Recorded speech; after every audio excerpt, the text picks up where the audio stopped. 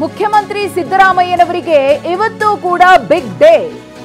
CM ವಿರುದ್ಧ 2 ಖಾಸಗಿ ದೂರುಗಳ ವಿಚಾರಣೆ ಇವತ್ತು ನಡೆಯಲಿದೆ.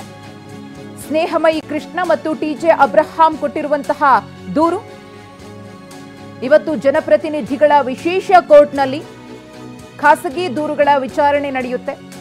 ಹೈಕೋರ್ಟ್ ಆದೇಶದ ಪ್ರತಿಯನ್ನ ಸಲ್ಲಿಸಲಿರುವ ದೂರುದಾರರು ಇವತ್ತು ಸಿಎಂ ಸಿದ್ದರಾಮಯ್ಯನವರಿಗೆ ಮತ್ತೊಂದು ಅಗ್ನಿ ಪರೀಕ್ಷೆ ಎದುರಾಗಲಿದೆ. ಹೈಕೋರ್ಟ್ ಆದೇಶದ ಪ್ರತಿಯನ್ನ ದೂರುದಾರರು ಸಲ್ಲಿಸುತ್ತಾರೆ. ಅದರ ಆಧಾರದ ಮೇರೆಗೆ ತನಿಖೆಯ ಬಗ್ಗೆ ಇವತ್ತು ನ್ಯಾಯಾಧೀಶರಾದ ಸಂತೋಷ್ ಗಜಾನನ ಭಟ್ ಅವರು ನಿರ್ಧಾರವನ್ನು ಮಾಡಲಿದ್ದಾರೆ.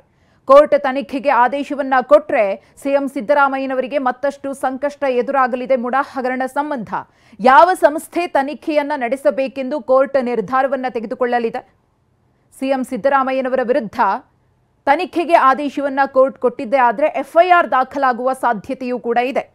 ಎಫ್ಐಆರ್ ದಾಖಲಾದರೆ ಸಿಎಂ ಅವರ ರಾಜೀನಾಮೆಗೆ ಒತ್ತಡ ಮತ್ತಷ್ಟು ಹೆಚ್ಚಾಗುತ್ತೆ. ನಿನ್ನೆಯಷ್ಟೇ ಹೈಕೋರ್ಟ್ನಿಂದ ಮಹತ್ವದ ಆದೇಶ ಹೊರಬಿದ್ದಿತ್ತು. ಸಿಎಂ ಸಿದ್ದರಾಮಯ್ಯನವರ ವಿರುದ್ಧ ರಾಜ್ಯಪಾಲರು ಪ್ರಾಸಿಕ್ಯೂಷನ್ಗೆ ಅನುಮತಿಯನ್ನ ಕೊಟ್ಟಿದ್ರು. ಆ ಆದೇಶವನ್ನ ಹೈಕೋರ್ಟ್ ಎತ್ತಿ ಹಿಡಿದಿತ್ತು. 17A ಅಡಿ ತನಿಖೆಯನ್ನ ಮಾಡಿ ಅಂತ ಹೇಳಿ ಹೈಕೋರ್ಟ್ ಸೂಚನೆಯನ್ನ ಕೊಟ್ಟಿದೆ.